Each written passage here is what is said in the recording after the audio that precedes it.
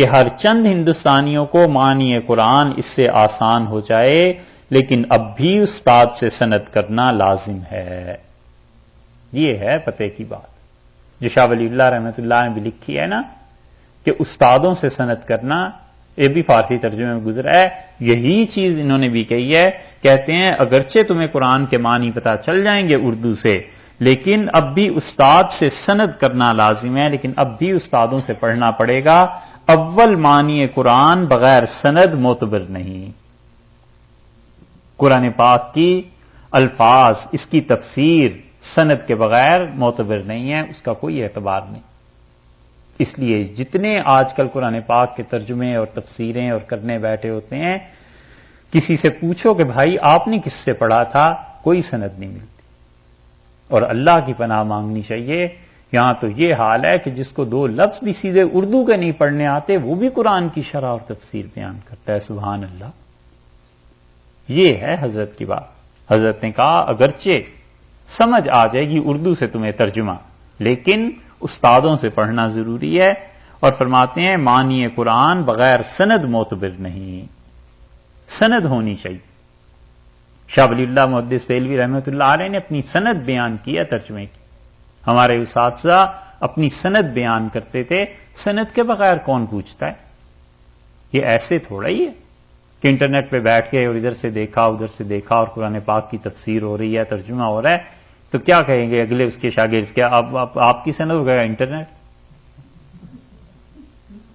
یہ چیزیں تھوڑا ہی۔ اسی لیے آپ کو گر اور پتے کی بات بتائیں،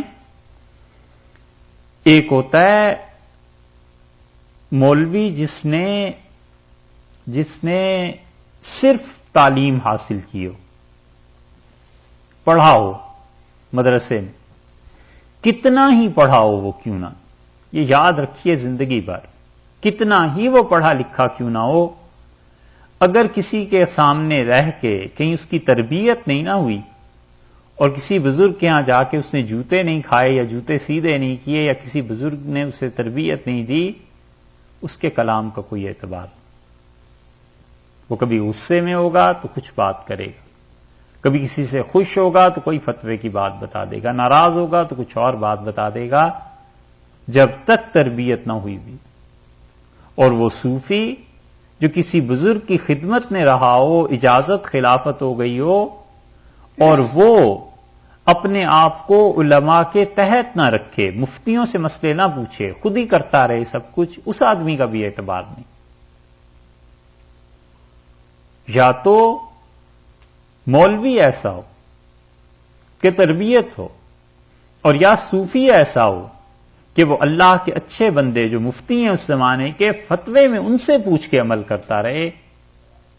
اگر ایسا صوفی نہیں اور ویسا مولوی نہیں، دونوں کا اعتبار نہیں، اعتبار اس عالم دین اور اس صوفی کا ہے جس کا کہیں نہ کہیں سے تعلق ہو، اور جن کا کہیں تعلق نہیں ہوتا اس کا کوئی اعتبار نہیں ہوتا۔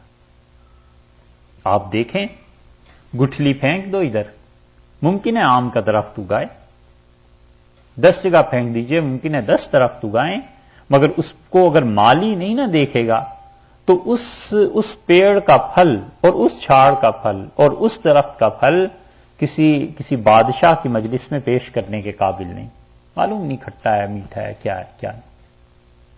اور جو پیڑ مالی لگاتا ہے نا، وہ جانتا ہے کہ کیا بات ہوتی ہے اور کیا نہیں ہوتی۔ اس لیے اساتذہ سے سند یہ ضروری چیز ہے، اور اب وہ وقت چلے گئے ہیں، لوگ کوئی سند ہوتی نہیں، کسی سے پڑھا ہی نہیں، کسی کی صحبت میں رہے ہی نہیں، اور لوگ سارے ہی کامل ہو جاتے ہیں۔ سبحان اللہ، عجیب و غریب باتیں ہیں، لیاذ باللہ۔ یہاں ایسے لوگ ہم نے دیکھے جنہیں حقیقت میں الحمدللہ کا بھی صحیح ترجمہ نہیں آتا، اور وہ جمعہ پڑھاتے ہیں، تقریریں کرتے ہیں، اسلام پہ ایتھینٹسٹی ہے ان کی۔ یا اللہ، کہاں جائیں؟ حضرت فرماتے ہیں اول معنی قرآن بغیر سند معتبر نہیں۔ دوسرے ربط کلام ما قبل و ما بعد سے پہچاننا، یعنی کلام کا پتہ ہونا چاہیے کہ رکنا کہاں ہے، اس سے پہلے کیا جملہ ہے، اس کے بعد کیا جملہ ہے۔ کلام اگر آدمی صحیح نہ کرے تو کچھ کا کچھ بن جاتا ہے۔ مثلاً ایک آدمی کہتا ہے کہ روکو مت، جانے دو، وہ فکرہ کہتا ہے روکو، مت جانے دو، اس کا مطلب ہے لوگوں کو روک لو، مت جانے دو. اور وہ یہیں اگر وقف کر دے بجائے روکو پہ وقف کرنے کے، وہ روکو مت جانے دو، الٹا ہو گیا نا. پتہ چلنا چاہیے کہ قرآن میں رکنا کہاں ہے، وقف کہاں کرنا ہے، ٹھہرنا کہاں ہے، تاکہ اللہ کی بات پوری معلوم. تو اگر روکو اس پہ وقف کر لے گا اور اگلا جملہ مت جانے دو تو دروازے بند ہو جائیں گے، اور اگر وقف کرے رکے، روکو مت جانے دو تو دروازے کھل جائیں گے. یہ ایک جملے سے ایسے ہی سمجھانے کی بات ہے. قرآن پاک میں متعدد مقامات ایسے ہیں جہاں آدمی رک جائے تو وہ علیہ باللہ کبھی کبھی کفر ہو جاتا ہے، اگرچہ آدمی اسے نہیں جانتا، مگر علم ہونا چاہیے کہ اللہ نے کیا کہا ہے، کہاں پہ رکنا ہے، کہاں پہ نہیں رکنا. ایک صاحب کے پیچھے نماز پڑھی اور وہ ایئرپورٹ پہ ایک جگہ نماز پڑھا رہے تھے، اور انہوں نے وقف کہاں کیا، انہوں نے کہا اذا جاء نصر اور پھر پڑھنا شروع کیا نصر اللہ والفتح. تو اب نصر کیا چیز ہوئی؟ علیہ باللہ یہ وقف کوئی جائز تھوڑا ہی تھا، لیکن نماز پڑھانے کا چونکہ تھا وہ شوق، اور استاد کسی سے پڑھا نہیں تھا، اس لیے انہیں پتہ نہیں چلا کہ نصر اللہ یہ ہے پوری چیز، کہ جب اللہ کی مدد آ جائے. تو یہ چیزیں حضرت فرماتے ہیں کہ پتہ چلنا چاہیے ربط کلام کے پہلے کیا ہے بات، اور قطع کلام سے بچنا بغیر استاد نہیں آتا. اور استاد جب تک نہ پڑھائے نہیں پتہ چلتا کہ رکنا کہاں ہے، نئی بات کہاں سے شروع ہونی ہے. چنانچہ قرآن زبان عربی ہے، پر عرب بھی محتاج استاد تھے. دیکھا حضرت نے فرمایا اگرچہ قرآن عربی میں نازل ہوا لیکن اس کے باوجود عرب محتاج تھے کہ کوئی بتائے. آئے تھے کہ اصحاب مسجد نبوی میں، انہوں نے قرآن پڑھا اور سورہ توبہ کی پہلی آیت پڑھی کہ اللہ تعالیٰ نے کہا ہے کہ میں بری اور بیزار ہوں رسول اللہ صلی اللہ علیہ وسلم سے اور مشرکین سے. حضرت عمر رضی اللہ عنہ نے اس سے کہا ہے برباد ہو جائے تو کیا پڑھتا ہے. اس نے یہ پڑھ کے آیت کہا اللہ میں بھی ان سے بیزار ہوں جن سے تو بیزار ہے. تو حضرت عمر رضی اللہ عنہ نے کہا یہ کیا پڑھتے؟ اس نے کہا اللہ نے قرآن میں کہا. حضرت عمر رضی اللہ عنہ نے کہا ایسے نہیں، اللہ نے کہا اللہ اور اس کے رسول بری اور بیزار ہیں مشرکین سے، یوں پڑھو. وہ وقف جہاں کرنا تھا وہاں کی بجائے کہیں اور پہنچ گیا. تو حضرت عمر رضی اللہ عنہ ابو الاسود کو بلایا اور آپ نے فرمایا قرآن میں زیر زبر لگاؤ تاکہ لوگ کہیں گمراہ نہ ہو جائیں یہ کیسے پڑھتے ہیں. اور پھر حضرت علی رضی اللہ عنہ نے اس کام کو مزید بڑھایا تھا. حضرت فرماتے ہیں قرآن زبان عربی ہے پر عرب بھی محتاج استاد تھے، یعنی استاد ہونا ضروری ہے. چوتھی بات یہ کہ اول فقط ترجمہ قرآن کا ہوا تھا، بعد اس کے لوگوں نے خواہش کی تو بعض فوائد زائد بھی متعلق تفسیر میں داخل کیے کہ میں تو قرآن پاک کا ترجمہ میں نے کر دیا تھا پہلے، لیکن بعض دوستوں نے اصرار کیا کہ اس کے فائدے بھی لکھنے چاہیے، تو میں نے پھر فائدے حاشیے لکھنے شروع کی. شاہ صاحب رحمۃ اللہ علیہ کا حاشیہ کمال کی چیز. ہمارے اساتذہ کہتے تھے کہ اگر اردو میں قرآن نازل ہوتا تو شاہ عبد القادر صاحب رحمۃ اللہ علیہ کے ترجمے کے ٹکڑوں کے ٹکڑے نازل ہوتے.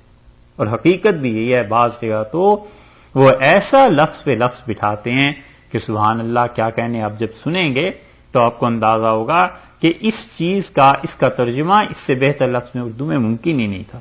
فرماتے ہیں اس فائدے کے امتیاز کو حرف فا نشان رکھا، یعنی فا لکھ دیتے ہیں. جہاں جہاں فوائد لکھے ہیں فا کا ایک لفظ لکھ دیتا ہوں. اگر کوئی مختصر چاہے صرف ترجمہ دیکھے، مختصر چاہتے ہو تو ترجمہ دیکھ لو، اور اگر مفصل چاہے فوائد بھی داخل کرے، اور تفصیل سے دیکھنا ہے تو جو حاشیے میں فائدے لکھے ہیں اسے بھی پڑھ لو. باقی قواعد خط ہندی لکھنے میں طول ہے، استاد سے معلوم ہوں گے، یعنی جس سے پڑھو گے وہ تمہیں بتائے گا کہ اردو میں ترجمہ یوں کیوں کیا گیا ہے، کاش کہ حضرت یہ بھی لکھ جاتے. اس لیے کہ ترجمہ حضرت کا بعض مقامات ایسے ہوتے ہیں کہ کوئی نہیں سمجھ پاتا کہ حضرت نے یہ لفظ یہاں پہ کیوں استعمال کیا ہے، اور پھر کوئی بتاتا ہے کہ یہ لفظ کیسے استعمال ہوا ہے اور اس کا کیا ہے. بہت سی مثالیں ایسے ہی، بہت سی مثالیں ایسے ہی. ہم آپ کو حضرت شاہ صاحب رحمۃ اللہ علیہ تو مثالیں دے گئی. ایک اور مثال آپ سے عرض کریں. جمل کس کو کہتے ہیں؟ اونٹ کو. قرآن پاک میں آیا نا حتی یلج الجمل فی سم الخیاط، یہاں تک کہ اونٹ گزر جائے سوئی کے ناکے میں سے، سوئی کے سوراخ میں سے. یہی ترجمہ کرتے ہیں، بہت سا نے کیا ہے، یہ غلط بھی نہیں ہے، ہم نہیں کہتے یہ غلط. کسی نے مولوی صاحب کو بڑا زوم تھا کہ ہمیں بڑا کچھ آتا ہے، وہ گئے حضرت کے پاس، مولانا فضل الرحمان گنج مراد آبادی رحمۃ اللہ علیہ کے پاس. حضرت نے فرمایا مولوی صاحب اس کا ترجمہ کیا ہوگا؟ انہوں نے ترجمہ یہی کیا کہ جب اونٹ سوئی کے سوراخ سے ناکے سے گزر جائے تو حضرت ہنسے اور فرمایا اچھا اس کا ترجمہ یہ ہوگا اونٹ کو سوئی سے کیا مناسبت، اونٹ اور سوئی میں کیا آخر جوڑ ہے؟ تو ان کا حضرت معلوم نہیں. فرمایا مولوی صاحب جمل کہتے ہیں لنگر کو، لنگر سمجھتے ہیں آپ؟ اینکر، موٹا رسہ جس سے جہاز باندھتے ہیں. فرمایا مولوی صاحب لنگر کو کہتے ہیں جس سے جہاز ملاح لوگ باندھا کرتے ہیں. تو اللہ تعالی نے کہا کہ کافر جب جنت میں جائے جب یہ لنگر موٹا رسہ سوئی کے ناکے میں سے گزر جائے.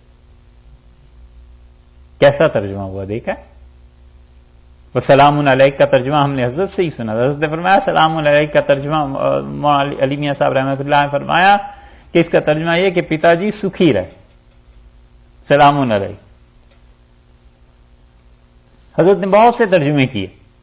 ایک مرتبہ ارشاد فرمایا ترجمہ کرتے ہوئے، فرمایا کہ ان ہؤلاء متبر ما فی، اگر ہم ترجمہ کرتے تو ہم کہتے کہ ارے یہ سب تو جھاڑو پھر جانے والی ہے. کمال کا ترجمہ کیا. اگر کبھی وہ مقام آیا تو ہم آپ سے عرض کریں گے کہ انہوں نے کیوں یہ ترجمہ کیا تھا. اس لیے یہ کوئی آسان چیز ایسی نہیں ہے کہ انسان اس کو، اردو جو ترجمے ہوتے ہیں وہ اس میں بھی دھیان رکھنا چاہیے. فتبعونی، میری پیروی کرو. اس کا ترجمہ حضرت کرتے تھے فتبعونی، میری چال چلو. آپ غور کیجئے کہ رسول اللہ صلی اللہ علیہ وسلم نے فرمایا کہ اگر تم اللہ سے محبت کرنا چاہتے ہو تو میری پیروی کرو. حضرت ترجمہ کرتے ہیں میری چال چلو. اب چال چلنے میں جو لطف ہے نا، اور چال چلنا جتنا وسیع محاورہ ہے وہ بات پیروی میں نہیں ہے.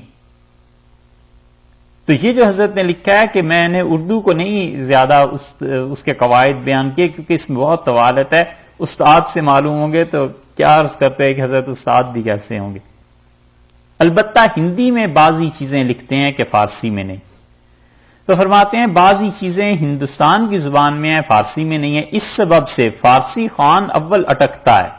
یعنی میرا ترجمہ پڑھنے میں جس نے فارسی پڑھی ہوئی ہے وہ تھوڑا بہت اٹکے گا. 2 جز دیکھے تو ماہر ہو جائے، 2 پارے پڑھ لے ہمارے قرآن پاک کے، وہ ماہر ہو جائے گا، پھر ترجمہ ٹھیک پڑھنے لگے گا. اور اس کتاب کا نام موضع قرآن ہے. یعنی وہ میری کتاب کا نام یہ کہ جو قرآن پاک کی وضاحت کرتی ہے اور یہی اس کی صفت ہے. یعنی عدد اگر دیکھے جائیں تو اس سے یہی نکلتے ہیں، اور یہی اس کی تاریخ بھی یہ فرمایا الہی و سیدی و مولائی تیری عنایت ہے اور تو ہی قبول کر اپنے فضل سے، یا رؤوف یا رحیم یا مالک الملک ذوالجلال والاکرام. یہ حضرت نے لکھا.